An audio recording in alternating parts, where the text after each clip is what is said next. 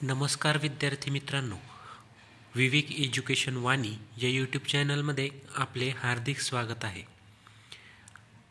आज आपण बघणार आहोत मराठी सुलभ भारती इयत्ता 7वी या पाठ्यपुस्तकातील पाठ क्रमांक 9 वाचनाचे वेळ या धड्याचा संपूर्ण स्वाध्याय व स्पष्टीकरण. तर चला बघूया. प्रश्न क्रमांक 1. खालील प्रश्नांची 1-2 वाक्यात उत्तरे लिहा. सोनालीने काय करावे असे आईला वाटत होते? उत्तर: सोनालीने आपल्या अभ्यासाशिवाय दररोज कमीत कमी 2 पाने अवांतर वाचावीत असे आईला वाटत होते. पुढचा प्रश्न आहे, सोनालीच्या घरातील सर्वांना तिच्याकडे पाहून नवल का वाटत होते? उत्तर: सोनालीला वाचनाची आवड नव्हती. पण मी पुन्हा एकदा पुस्तक वाचते असे सोनाली आईला म्हणाली, म्हणून घरातील सर्वांना तिच्याकडे पाहून नवल वाटत होते. पुढचा प्रश्न, सोनालीला प्रोत्साहन देण्यासाठी तिच्या बाबांनी काय केले? उत्तर: सोनालीला प्रोत्साहन देण्यासाठी तिच्या बाबांनी तिला वाढदिवसाला एक छानसे पुस्तक भेट दिले. प्रश्न क्रमांक 2. खालील घटनांमागील कारणे लिहा. खाली आपल्याला काही घटना दिलेल्या आहेत, त्याची आपल्याला कारणे लिहायची आहेत. आईने सोनालीच्या हातात एक गोष्टीचे पुस्तक दिले. उत्तर: आईला सोनालीला अवांतर वाचनासाठी प्रवृत्त करायचे होते, पण यात आईला यश येत नव्हते. सोनालीला वाचनाची आवड निर्माण व्हावी यासाठी आईने युक्ती करायचे ठरवले. म्हणून आईने सोनालीच्या हातात एक गोष्टीचे पुस्तक दिले.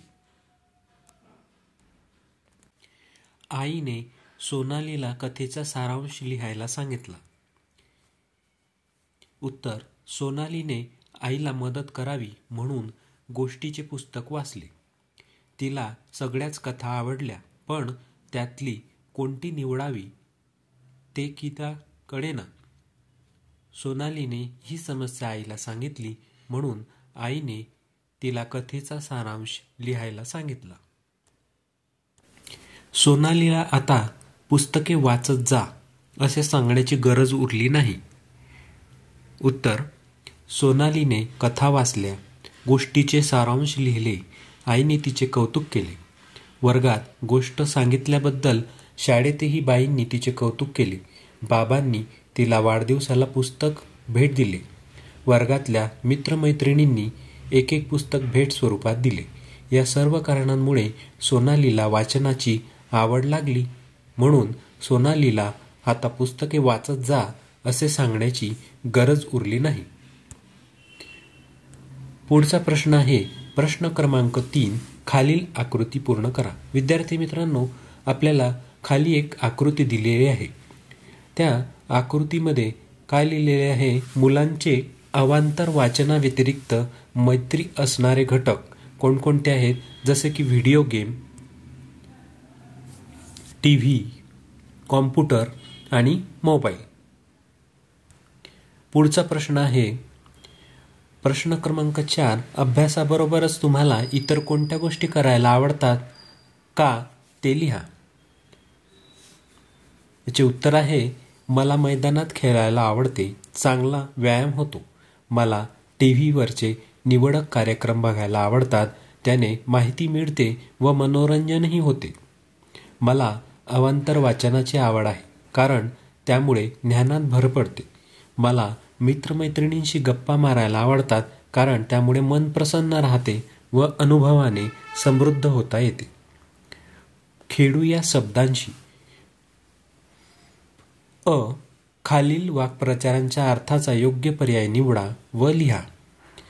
खालील काही वाक्प्रचार दिलेले आहेत आणि त्याच्याशी संबंधित काही पर्याय आपल्याला दिलेले आहेत.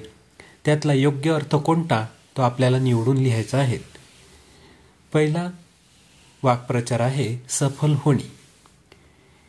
याचे पर्याय आहेत यशासाठी झटणे, यशस्वी होणे, अपयश येणे. सफल होणे या वाक्प्रचाराचा योग्य अर्थ आहे यशस्वी होणे. नोंदी करणे या वाक्प्रचाराचे पर्याय आहेत लिहून ठेवणे, नोंदवही लिहिणे, लक्षात ठेवणे. नोंदी करणे या वाक्प्रचाराचा योग्य अर्थ आहे लिहून ठेवणे. पुढचा प्रश्न बघूया. खालील वाक्प्रचारांच्या अर्थाचा योग्य पर्याय निवडा व लिहा. पुढचा वाक्प्रचार आहे आनंद गगनात न मावणे. याचे पर्याय आहेत आनंद वाहून जाणे, दुःखी होणे, खूप आनंद होणे. याचे योग्य उत्तर आहे खूप आनंद होणे. नवल वाटणे या वाक्प्रचाराच्या अर्थाचे पर्याय आहेत आश्चर्य वाटणे, खूप आनंद होणे, नाराज होणे. याचे योग्य उत्तर आहे आश्चर्य वाटणे. पुढचा प्रश्न बघूया.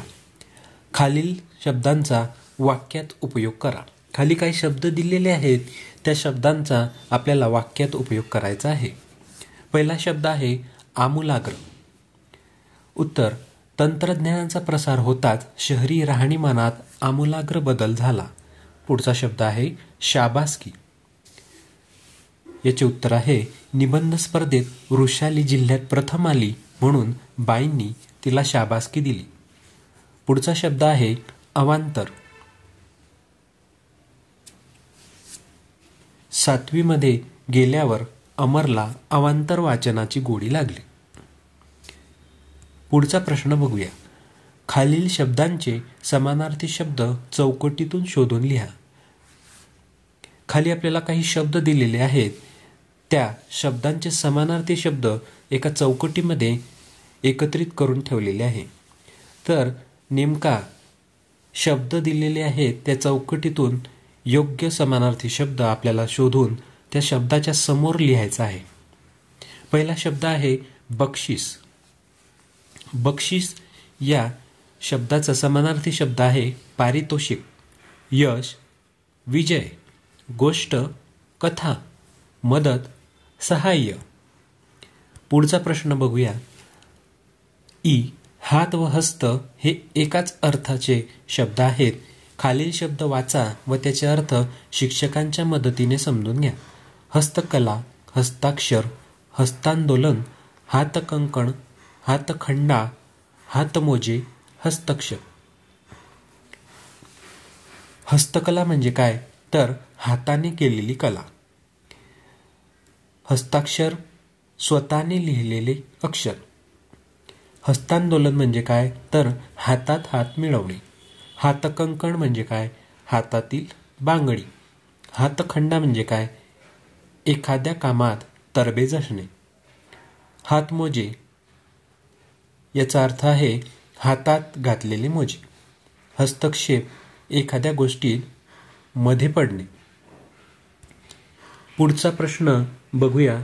यात एक उपक्रम दिलेला आहे. तो उपक्रम काय आहे तर तुम्हाला आवडणाऱ्या विषयाची पुस्तके वाचा. वाचलेल्या प्रत्येक पुस्तकाचा थोडक्यात सारांश आपल्या वहीमध्ये विद्यार्थी मित्रांनो आपल्याला लिहायचा आहे. आपण समजून घेऊया या सदरात खालील वाक्य आपल्याला वाचायची आहेत. अजय आणि विजय शाळेत पोहोचले आणि पावसाची रिपरिप सुरू झाली. मला पाऊस खूप आवडतो कारण मला पावसात भिजायला आवडते. रमेश व रत्ना मावशीकडे पुण्यात गेले. आम्ही खूप प्रयत्न केले म्हणून आम्ही जिंकलो. बाबा रिक्षा किंवा बसने प्रवास करतात. वरील वाक्यातील अधोरेखित शब्द उभयान्वयी अव्यय आहेत. शिवाय, की, परंतु, म्हणजे, तरी, नि, अन हे सर्व शब्द दोन शब्दांना किंवा दोन वाक्यांना जोडण्याचे काम करतात. म्हणून हे शब्द उभयान्वयी अव्यय आहेत. लक्षात ठेवा, उभय म्हणजे दोन व अन्वय या शब्दाचा अर्थ संबंध असा होतो. वाक्यातील दोन शब्द किंवा दोन वाक्ये यांचा संबंध जोडणे हे उभयान्वयी अव्ययाचे काम आहे. कार्य आहे. पुढचा प्रश्न, खालील संवादातील उभयान्वयी अव्यय अधोरेखित करा. खाली आपल्याला संवाद दिलेला आहे आई आणि अंकुश यांचा बोलण्याचा, तो आपण बघूया आणि त्यात कोणत्या उभयान्वयी अव्यय आहे ते आपण उत्तरामध्ये अधोरेखित करणार आहोत. आधी संवाद वाचूया. आई म्हणते, आपल्याकडे पाहुणे येणार आहेत म्हणून आपण पुरणपोळी करूया. अंकुश म्हणतो, आई तू बटाट्याची भाजी अन पुऱ्या कर म्हणजे मी तुला मदत करू शकेन. शिवाय स्वयंपाकही लवकर होईल. जर पाहुणे लवकर आले तर त्यांना वेळेवर जेवायला मिळेल. पण पाहुण्यांना आवडेल ना आपण केलेला स्वयंपाक?